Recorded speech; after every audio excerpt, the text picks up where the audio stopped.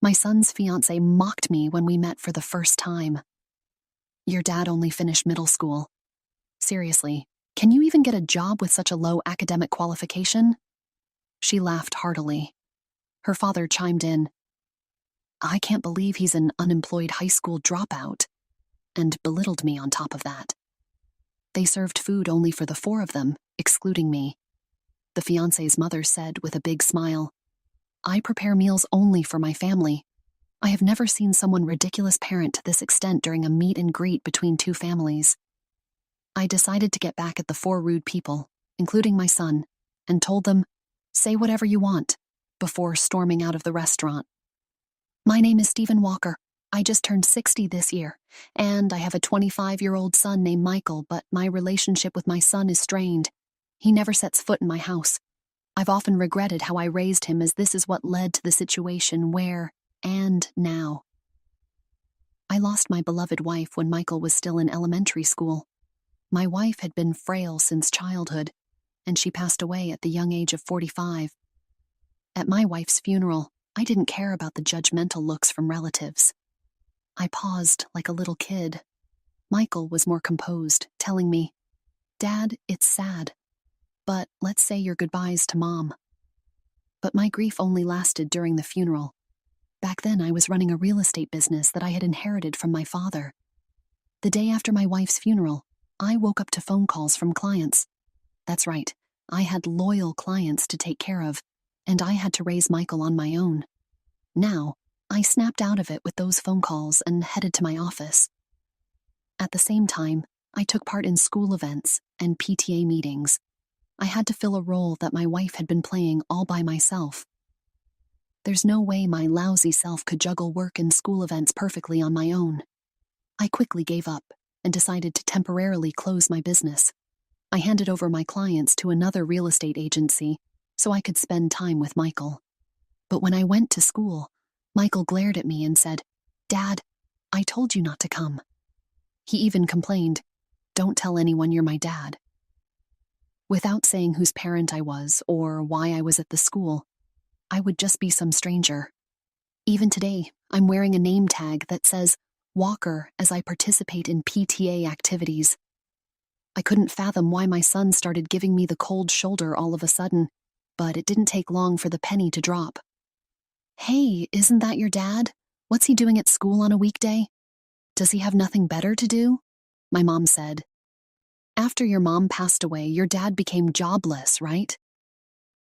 Michael remained silent and looked down as his classmates taunted him. I quickly rushed over and told them, I'm just taking some time off work. It's like your summer or winter break. However, seizing this opportunity, my son was further ridiculed by his classmates. Your dad's job was pretending to be on break. Your family's poor. I'll share my bread from lunch with you. Darn you, Dad. Your speaking to me just made me look even worse. Michael grew more and more resentful as his classmates made fun of him. Despite knowing my son was being ridiculed, all I could do was look the other way. I can't remember how many times I shed tears alone because of how pathetic I felt. Soon enough, when my son Michael entered middle school, he started hanging out with delinquents. He would sleep over at friends' houses and hang out at some gas station's parking lot until late at night. Back in the day, cell phones weren't very common, and it was quite rare for a middle schooler to have one. Michael started coming home less and less, and I had no clue where he was or what he was doing. All I would do was apologize when I got calls from the school saying, there's been a complaint from a nearby gas station. Whenever I went to Michael's school, Michael and his rowdy classmates would call me names like good for nothing and bottom of the barrel while throwing empty cans at me. Michael had become more violent since entering middle school, and I was scared to even talk to him, not knowing what he might do. I wish I had handled things better when he was still in elementary school, but what was the right way for a parent to deal with a child's bad behavior? I had no idea how to communicate with a teenager and was utterly baffled. He skipped school without a care and even ran away during classes. His grades were rock bottom. At a parent-teacher conference, they told me that there's a private high school where even Michael could get in, and I was relieved. I'm glad there was a high school he could go to. The environment and his classmates would all change, and I thought maybe he'd calm down a bit after going to high school. Just as I hoped, after starting high school, Michael began to take his classes seriously.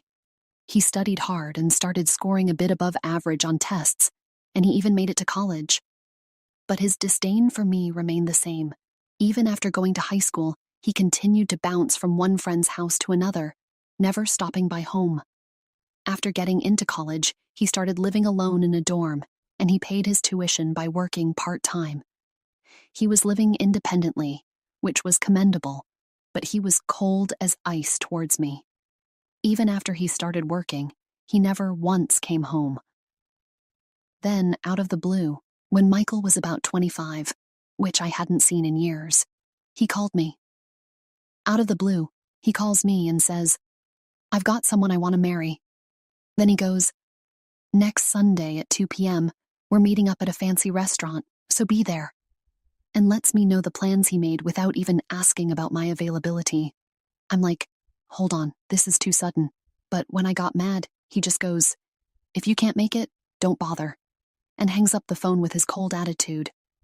I had mixed feelings, but there's no denying he's my precious only son, so for his sake, I went to the fancy restaurant at the time he told me to. When I got to the restaurant, her folks were already there, and they're like, "Who are you?" All rude, like out of nowhere. I'm like, you call me out of the blue and then ask who? Come on. But even though I'm fuming, her folks just go, "No, we didn't call you." And they're just as cold as my son was. Now my son Michael, he's standing there smirking something fierce. This guy, he's up to something. Still not sure I trust what's happening, I head inside the restaurant. There's no talk about Michael or his partner, Sarah. Instead, I was the center of their attention, who they had just treated like an intruder. Then Michael starts going off like this guy here. He dropped out of high school and worked, but after Mom passed, he's just been loafing around, telling Sarah and her folks.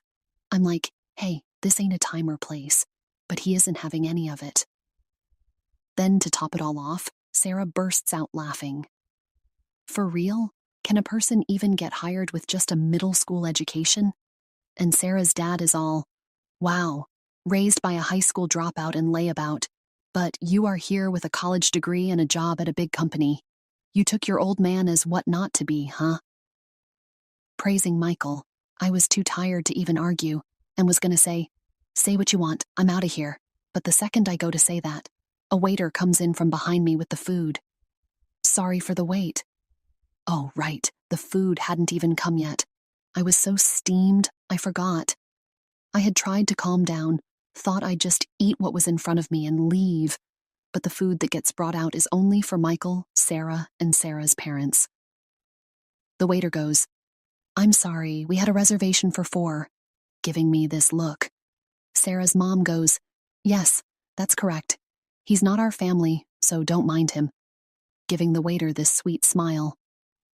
The waiter, looking all kinds of uncomfortable, nods and backs out. Just as I'm about to lose it, Sarah's dad cuts me off. He goes, "We don't want anything to do with some deadbeat high school dropout. Our family and relatives are all bank employees, doctors working at major companies. You don't belong here. Please leave." That was enough. I said, "Is education and job history all you care about? Aren't you folks a bit off your rockers?" And got up to leave. And to that, Sarah's dad says, "I work at Bank of America, where education and job history really matter for clients' trust. But of course, a layabout like you wouldn't know." "Oh my, you work at Bank of America, huh? That's quite impressive," I said as I was leaving. But they didn't hear me. The next day, I paid a visit to Bank of America, where Sarah's dad works. Being a man who's been called a deadbeat by my son, his classmates, and my son's fiancée and her family, I must admit I'm not actually a deadbeat. After my wife passed away, I temporarily closed down the real estate business I was running. But let me clarify, it was just a temporary closure. I didn't shut it down for good. After my wife's passing, I switched my business to online management so I could prioritize my son's school events and PTA meetings. When I had a physical store, most of my clients were neighbors. But after switching to online management, I could serve customers from all over the country, like people living in small towns that are about an hour's drive from the nearest train station, and also American folks living abroad. I started getting more consultations about renting and buying properties from these folks. Thanks to the internet, I could expand my property portfolio and cater to a broader clientele. Running a real estate business online made things possible that seemed like a dream. Additionally, I was quite active in stocks and investments as a hobby. Currently, I have $50 million deposited in Bank of America, where Sarah's dad works. Upon arriving at the bank, I promptly requested to speak with the branch manager and informed everything that happened the day before. I was told by one of your employees that this bank operates on trust built on educational background and work history. So I've lost all trust in this bank because of that statement. Could you please proceed with the account closure?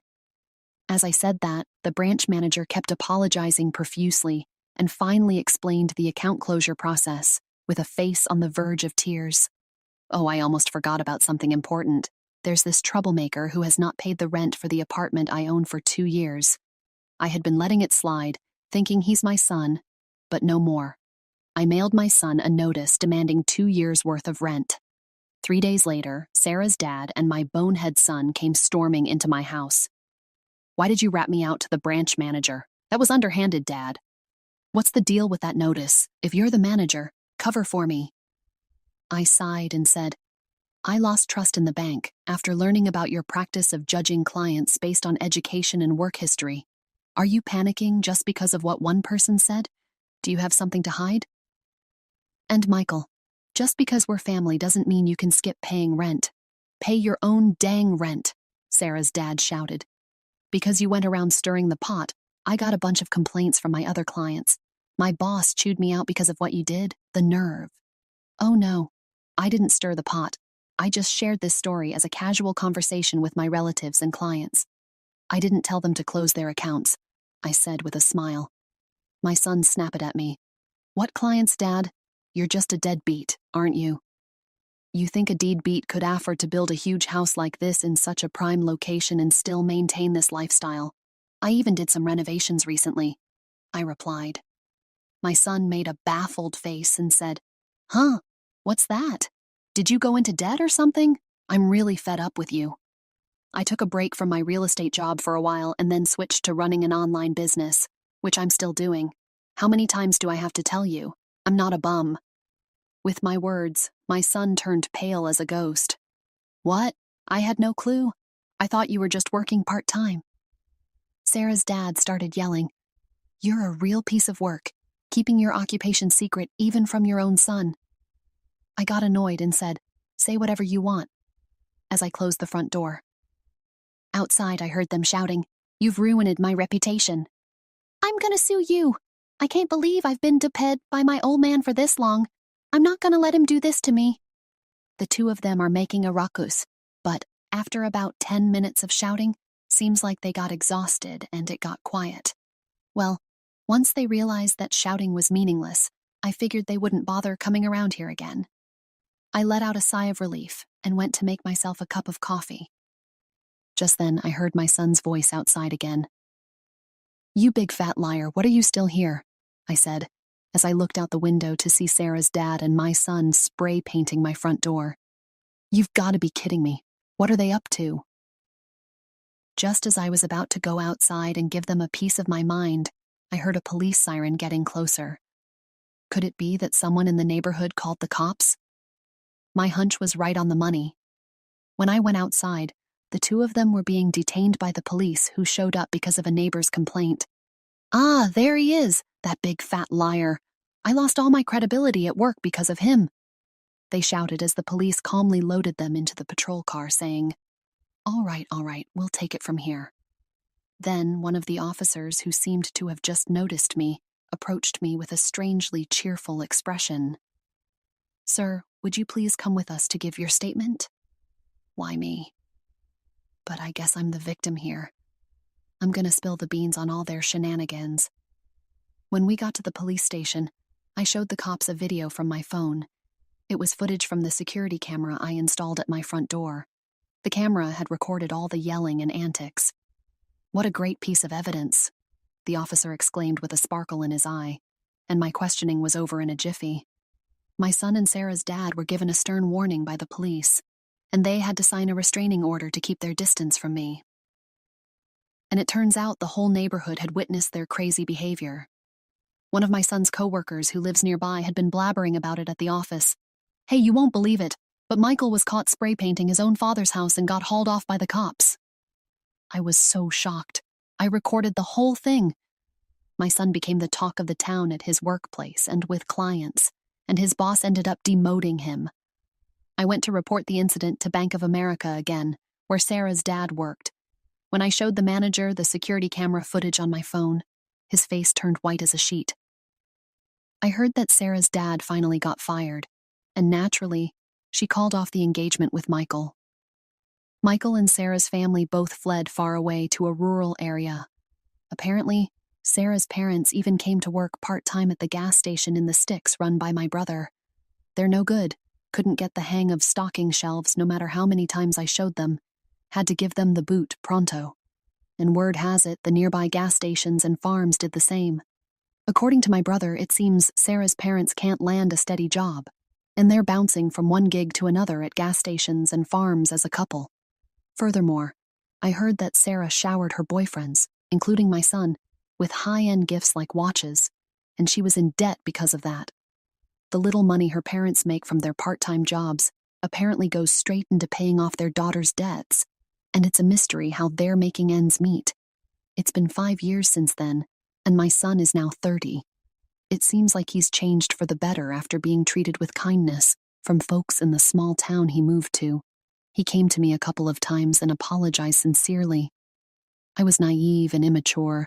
I didn't even try to understand your job and just labeled you as a good-for-nothing. I can't apologize enough for how much I regret it." Seeing the change in my son's attitude, I decided to let him move in with me. Now he's working at a company near my place, and little by little, he's helping me out with my work too. But don't get me wrong, he's still wet behind the ears, and I don't trust him completely.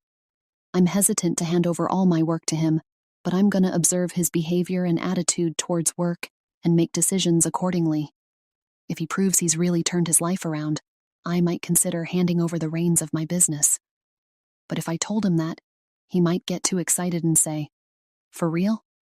I'll hand in my 2 weeks' notice tomorrow," and do something impulsive. I'm living with my son, holding on to the hope that one day I'll feel confident enough to trust him with everything. All right, everyone's presentations are done. Nick, the manager, said as he tried to move the discussion forward. "Excuse me, I haven't. I recently found out something." Nick interrupted me and began to speak.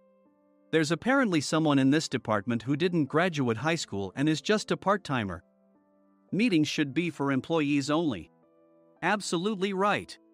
His lackey, Mike, of course, agreed with Nick. "I'm leaving." After leaving the meeting room, I started to shut down my computer. I noticed that an email had arrived, not in my personal inbox, but in the company's shared email. Thinking, there's no point in speaking up, no one will listen, I went home quietly. The next day, I heard a commotion from Nick's desk. He was staring at his computer screen, his face pale. "Nick, is something wrong?" Mike looked at the screen with him. And he turned even paler than Nick. Why is he so angry? Knowing the reason for Mike's distress, I thought to myself, serves them right. My name is Adam. My mother passed away when I was in the 9th grade, and I was raised by my father. Well, you could hardly call it being raised. After my mother passed, my father changed. He drowned his sorrows in alcohol, and though he still went to work, he squandered our living expenses on horse racing. Because of that, I had to start working part-time as soon as I entered high school. Every month, I went to the convenience store with bills in hand that couldn't be auto-deducted from my father's account. Even though I endured it because I didn't want to be alone, I reached my limit in my 2nd year of high school and dropped out. I found a live-in job at a distant inn. Thank you for everything. The day I left home, my father, still staring at the TV, spoke. Take care. That was our last conversation. Back then, 18 wasn't the age of majority, so I needed my father's permission to work, and I couldn't hide my place of employment. Yet, my father never visited me even once. I kept working just to survive, and before I knew it, I was 42. Years of hard work paid off, and I was transferred to the headquarters. I was thrilled to be recognized by the company, as I thought I'd be working in the field until retirement due to my lack of formal education. Listen up. Our work can change the future of our employees. Don't drag us down. On my first day after the transfer, Nick, dressed in an expensive suit, spoke sternly. There was a reason for this. Our inn was located in a prominent tourist destination, known so well that everyone in the state could sing its commercial jingle. At its peak, we had 5 locations within the state. But that was long ago.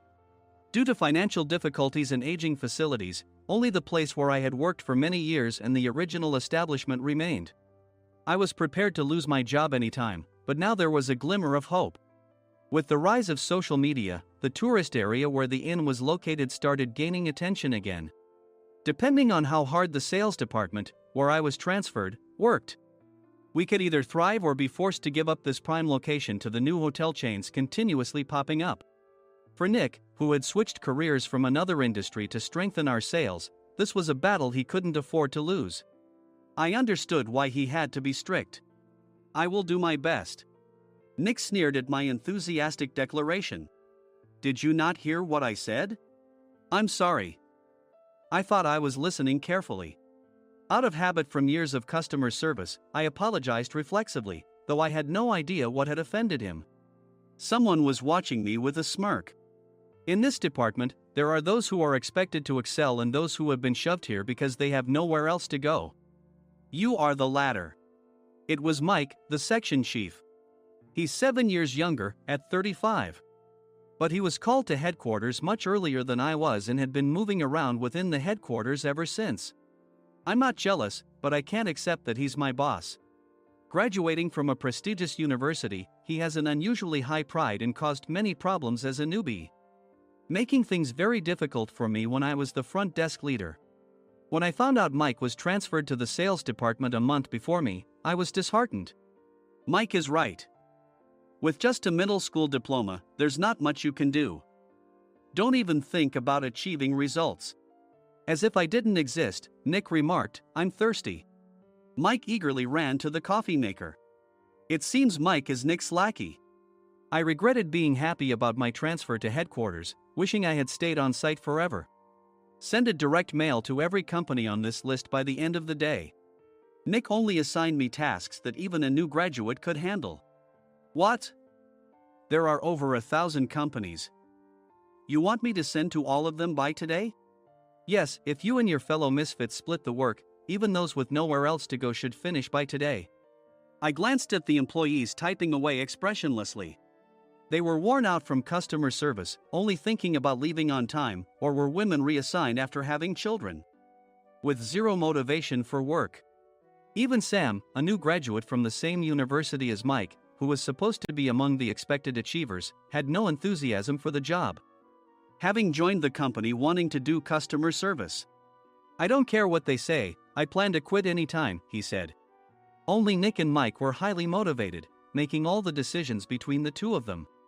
I originally only wanted to work at the inn to survive and had no particular attachment to this job. I swallowed my words, thinking I had no right to reprimand them. About a month after the transfer, Nick told us with a frustrated look. To commemorate the 50th anniversary, we've decided to create a plan exclusive for one group per day. Originally, Mike and I were supposed to come up with it, but our president, Mr. Thompson, insists on hearing everyone's opinions. So, you all get a chance. As Nick explained, Mike began handing out prints.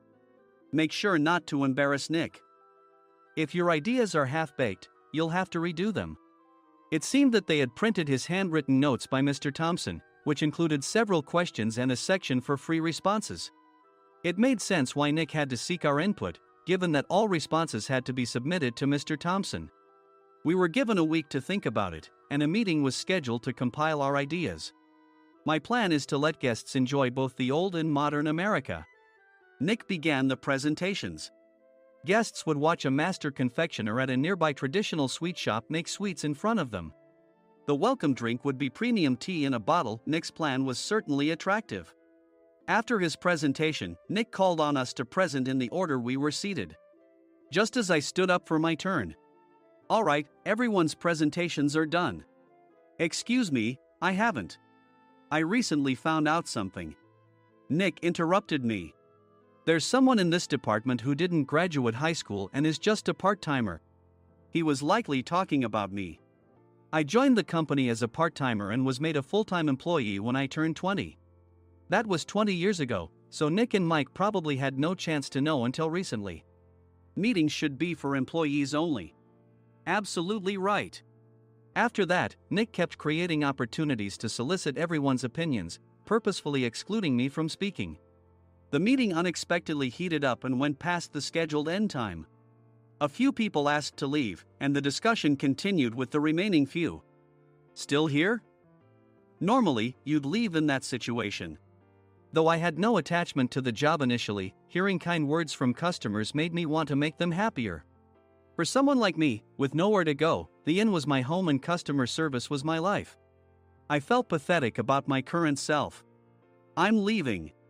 I left the conference room and started shutting down my computer.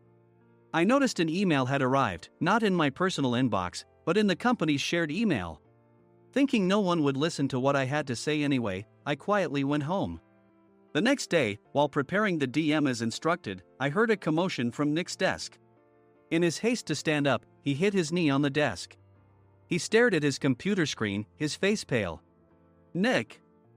What's wrong?" Mike, thinking he should be the first to rush over, approached Nick while still wearing his coat. He peered at the screen with Nick.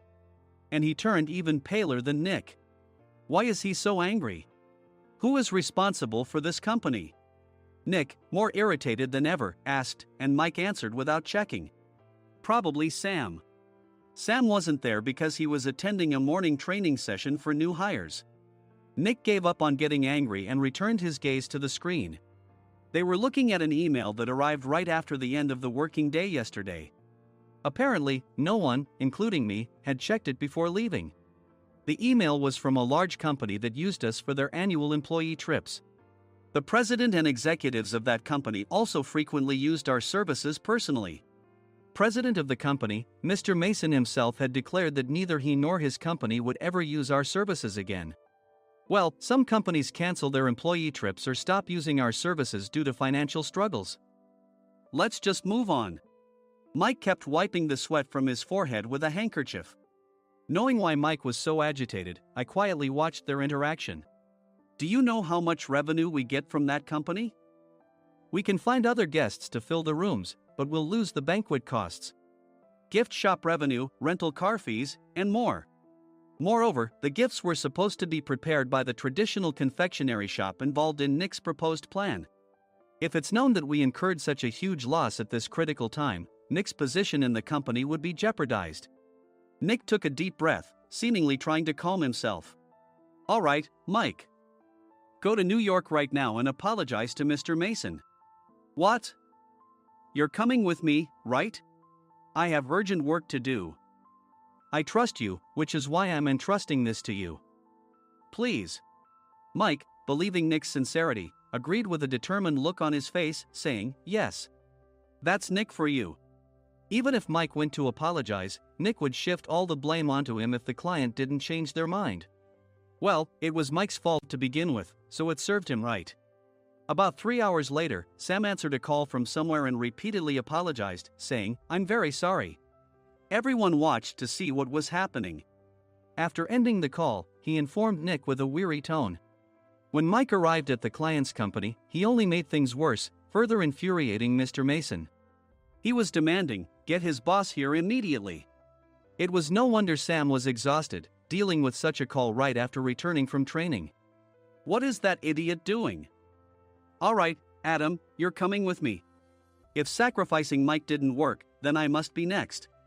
Normally, I'd want to refuse at all costs, but I saw an opportunity in this situation. "If I can be of assistance, I'd be happy to join you." I obediently followed Nick, and we flew to New York. When we introduced ourselves at the reception, it became clear how serious the situation was. as the receptionist personally escorted us to the president's office. Angry voices leaked through the door, making both Nick and me uneasy. "Excuse me.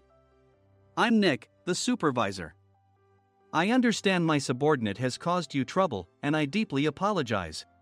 Nick, with his experience in the corporate world, knew enough to offer an apology before excuses.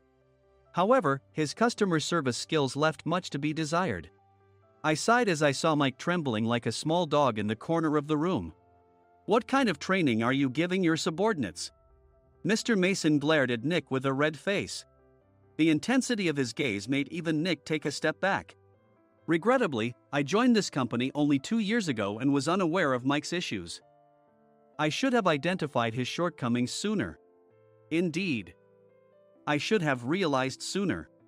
No sensible person would come to apologize and then give a lengthy presentation on the drawbacks of not using their in. Nick froze, his mouth slightly open. Suspecting the worst, I picked up the documents that had fallen to the floor. It seemed Mike hastily prepared these documents on the plane, listing the disadvantages. Disadvantage 1: if you change the venue for the company trip, employees might suspect it's for cost-cutting reasons, leading to a negative impression. Reading it aloud half-jokingly, Nick snatched the papers from my hand and checked the contents with a furious expression. Among the stack of documents was a receipt from a nearby convenience store's copy machine. I felt a pang of dread, hoping he hadn't shown the receipt as well. What do you think he said when I asked what kind of nerve he had to do this? "I'm very sorry."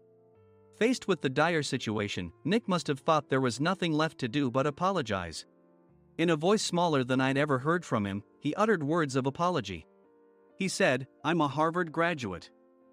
I don't believe I said anything wrong." "Mike, what have you done?" Forgetting his plan to pin the blame on Mike, Nick yelled loudly, even in front of Mr. Mason. "I didn't do anything wrong." "You're still saying that? Look at him." Mike pointed at me with a shaking hand. "I was assigned to headquarters in my 20s and now I'm a section chief. This guy only made it to headquarters at 42. Everything I've done proves I was right. So why are we losing the contract?" Having said his piece, Mike collapsed to the floor. "Of course. You were sent there because you had nowhere else to go."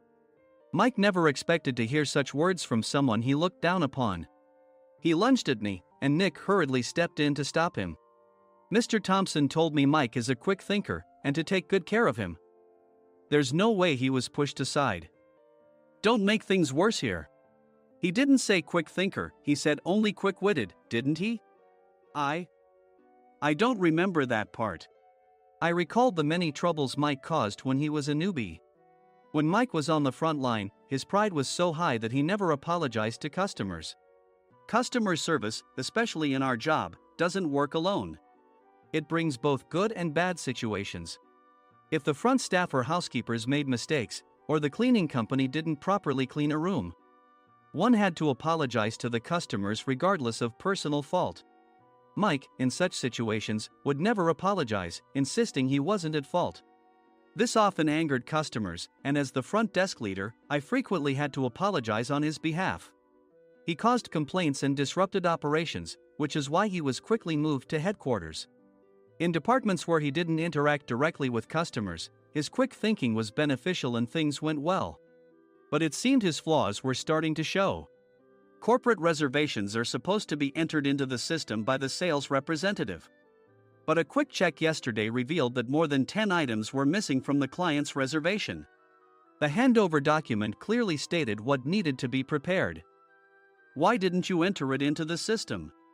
Why do we have to give them special treatment? Filling rooms near the banquet hall, setting up all the food in advance. Specifying the brand of wine, they're too demanding. No wonder he always angered customers, I thought, feeling a headache coming on.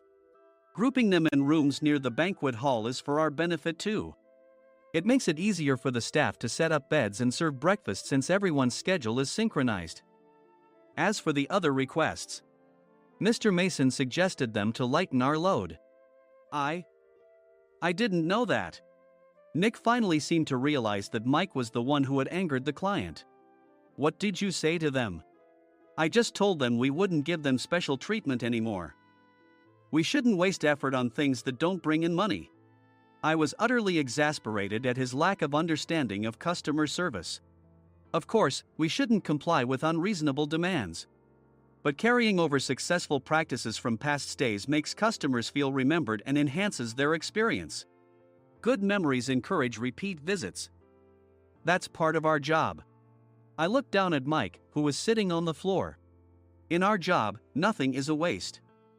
Mr. Thompson likely moved you to the sales department, hoping you'd finally understand this. How do you think he feels now that you failed to meet his expectations? Mike, tears in his eyes, fled the president's office. I was amazed he still hadn't apologized. You have it tough, Adam. It's okay, we're all employees of the same company. I deeply apologize for this disrespectful incident. Especially after all the care you've shown us. If it weren't for you, Adam, I really would have stopped staying here. When I heard you were moving to the sales department, I was willing to reconsider if you handled it. Seeing us talk so amicably, Nick's face contorted. Do you two know each other? Adam's service is excellent. I always requested him specifically. Normally, we don't accept specific staff requests, but we made an exception for Mr. Mason, adjusting my shifts accordingly. He had personally stayed at our hotel just before my transfer, and during casual conversation, I mentioned, I'm moving to the sales department soon. If I hadn't told him then, things could have been much worse. Please continue to take care of us. I look forward to it. On the return flight, Nick awkwardly offered me a can of beer. It's still working hours. Of course, I had no intention of forgiving him for a single beer. Nick might try to pin everything on Mike and avoid any consequences. While pondering this, a startling fact came to light. Nick, the tea bottles for the plan have arrived. I handed Nick a bottle labeled with our inn's name.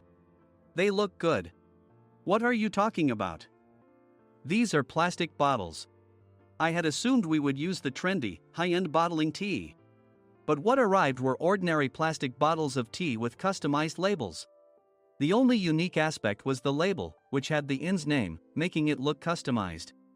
Upon further investigation, I discovered that a substantial amount of money was set to be paid to the tea company. It was priced like bottling tea. Does this plastic bottle really cost $100 each? The tea inside is specially blended for us. The extra cost is for that. Wouldn't it be better to use another tea company? Or is there a specific reason we must use this one? As Nick continued to make excuses, I showed him a printed email. I informed the tea company's president, Mr. Mitchell, that we discovered irregular payments and he confessed. He said you two were high school classmates and planned to split the extra money. That idiot. Why did he confess? That's not important.